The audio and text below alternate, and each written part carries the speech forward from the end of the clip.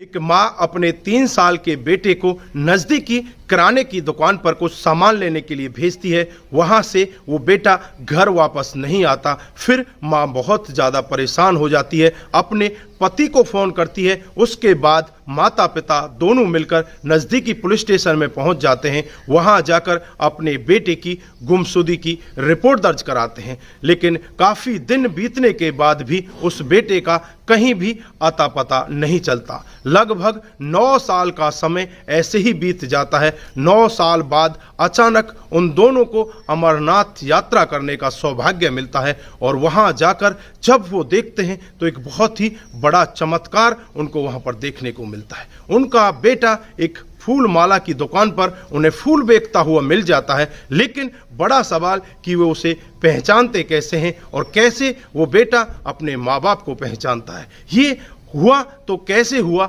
आइए जानते हैं पूरा मामला क्या हुआ। नमस्कार, जय हिंद। आप देख रहे हैं APH न्यूज़ राहुल रावत के साथ। तो दोस्तों, आज की जो मैं हकीकत की घटना आपको बताने जा रहा हूं, ये श्रीनगर की हकीकत की घटना है। यहां पर एक शर्मा परिवार, जिसमें एक पुत्र रत्न की प्राप्ति होती है, बहुत ही खुशी की लहर होती है। जो वहां पर लोग इकट्ठा होते हैं, उन सबको मिठाई खिलाई जाती है और उस बच्चे का नामकरण किया जाता है। बच्चे का नाम श्लोक रखा जाता है। धीरे धीरे श्लोक बड़ा होने लगता है। बहुत ही तेजस्वी वो बच्चा होता है, बहुत ही चमक उसके चेहरे पर होती है। धीरे धीरे लगभग 3 साल का वो बच्चा हो जाता है जब उसका पिता कहीं कामकाज के जरिए बाहर गए हुए थे और माँ घर पर अकेली थी। माँ अपने बेटे को कहती है कि तुम जाओ और दुकान से कुछ सामान लेकर आ जाओ। नज़दीकी दुकान पर वो 3 साल के बेटे को भेज देती है और जैसे ही बेटा वहाँ पर पहुँचता है, उसके बाद 1 घंटा बीत जाता है, 1.5 घंटा बीत जाता है, लेकिन बेटा घर वापस नहीं आता। माँ बहुत ही ज़्यादा परेशान हो जाती है, रोने लगती है और नज़दीकी किराने की दुकान पर पहुँच जाती है। फिर वहाँ जाकर पता करती है तो किराने वाला उससे कहता है कि आया तो था, उसने सामान भी लिया था, लेकिन उसके बाद पता नहीं वो कहाँ चला गया। जैसे ही लोग बागों में ये बातचीत फैलती है तो लोग बाग कहने लगे कि यहाँ पर आतंकवादी बहुत ज़्यादा घूमते हैं, शायद इसे कोई आतंकवादी उठा कर ले गया हो। अब यह सब सुनकर माँ बहुत ज़ोर ज़ोर से रोने लगती है। फिर लोग बाग कहते हैं कि तुम जल्दी से जाकर पुलिस स्टेशन में जाओ और पुलिस स्टेशन में इस सब की खबर दो। फिर माता पिता दोनों नज़दीकी भागे भागे पुलिस स्टेशन में पहुंच जाते हैं और वहां जाकर अपने बेटे की गुमशुदगी की रिपोर्ट दर्ज करा देते हैं। जैसे ही बेटे की गुमशुदगी की रिपोर्ट दर्ज होती है, तुरंत ही पुलिस हरकत में आ जाती है और अपनी छानबीन में लग जाती है।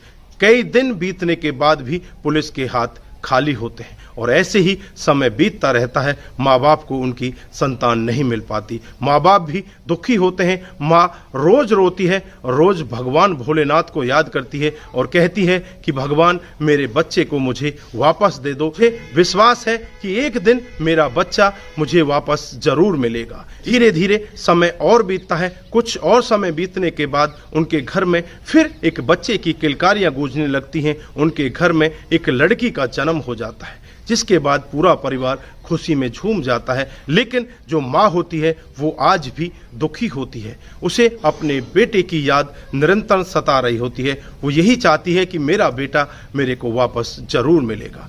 और समय एक दिन वो भी आ जाता है। सन 2014 की बात है, जब रात्रि को उसे एक स्वप्न दिखता है और स्वप्न में महादेव उसे दर्शन में आते हैं और उससे कहते हैं किसी साल के जून महीने में तुम्हें अमरनाथ यात्रा करनी चाहिए, तुम्हें वहाँ पर बहुत अच्छा फल मिलेगा। ये सब बात जब वो रात को स्वप्न में देखती है तो सुबह अपने पति को बताती है। पति भी तैयार हो जाता है। आने वाले जून में वो अमरनाथ यात्रा के लिए तैयार हो जाते हैं और फिर श्रीनगर से बालघाट के लिए एक बस ले लेते हैं, जो कि 93 किलोमीटर की दूरी होती है। उस 93 किलोमीटर के सफ़र को तय करने के बाद वो बालघाट पहुंच जाते हैं और वहां से बाबा बर्फानी की जो दूरी होती है वो 14 किलोमीटर होती है। उस 14 किलोमीटर के रास्ते को पैदल ही तय करना होता है। वो तीनों मिलकर इस रास्ते को तय करने के लिए तैयार हो जाते हैं और तीनों पैदल चलने लगते हैं और लगभग 5 से 6 घंटे के अंदर वो बाबा बर्फानी की गुफा के पास पहुंच जाते हैं और वहां जाकर देखते हैं तो एक लंबी कतार लगी हुई है, जो श्रद्धालुओं की कतार है। वहां पर कोई फूल मालाओं से बाबा बर्फानी का स्वागत कर रहा है और कोई फल चढ़ाकर और कोई किसी तरह के पुष्प चढ़ाकर वहां पर बाबा बर्फानी की सेवा में अर्पित कर रहा है। यह सब देखकर जो माँ होती है वो भी एकदम से अपने पति से कहने लगती है कि क्यों ना हम भी कुछ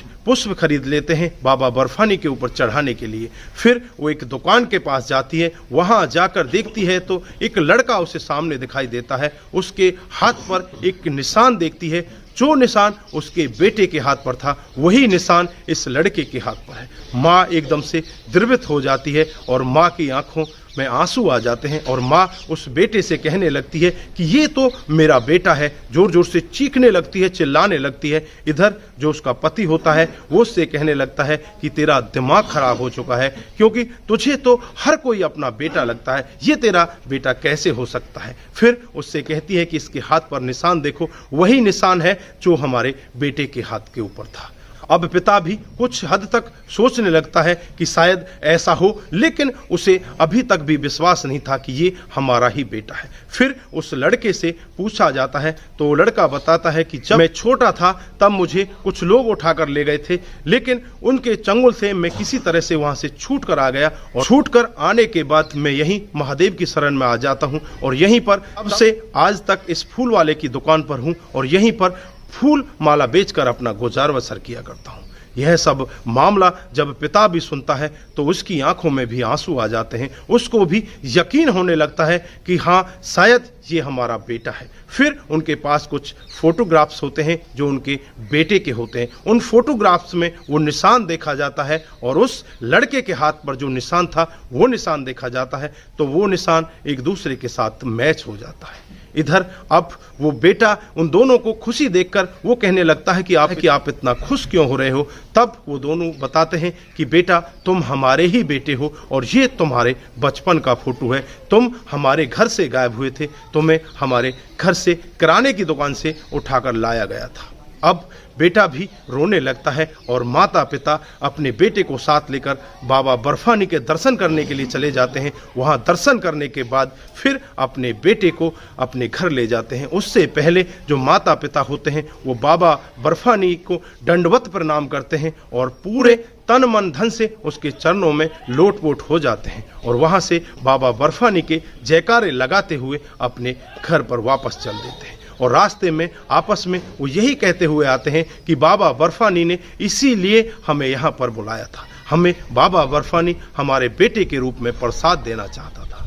तो दोस्तों, आप लोगों ने देखा किस तरह से एक 9 साल पहले बिछड़ा हुआ बेटा बाबा बर्फानी की कृपा से अमरनाथ यात्रा में मिल जाता है। तो यहाँ पर आप क्या कहना चाहते हैं? बाबा बर्फानी ने उनके ऊपर कृपा की थी या बस वो वहां पर गए थे, उन्हें उनका बच्चा मिल गया था? आपकी जो भी राय है कमेंट बॉक्स में जरूर बताइएगा। दोस्तों, हमारा मानना तो यही है कि ये सब बाबा बर्फानी की कृपा थी। भोलेनाथ ने उन्हें स्वप्न में अपने पास बुलाने के लिए कहा और पास बुलाने के बाद उन्हें इतना अच्छा प्रसाद के रूप में उनके बेटे को दे दिया। तो दोस्तों, आपकी जो भी राय है कमेंट बॉक्स में जरूर बताइएगा। दोस्तों, जाने से पहले एक बार हर हर महादेव जरूर लिखकर जाइएगा। दोस्तों, आप जहां भी रहें सतर्क रहें, सावधान रहें और अपना विश्वास भगवान के प्रति बनाकर रखें। दोस्तों, आज के लिए बस इतना ही। फिर मिलते हैं किसी नए मोड के साथ। तब तक के लिए आप अपना ख्याल रखें, अपने परिवार का ख्याल रखें, सतर्क रहें, सावधान रहें और अपने आप को सुरक्षित रखें। नमस्कार, जय हिंद, जय भारत।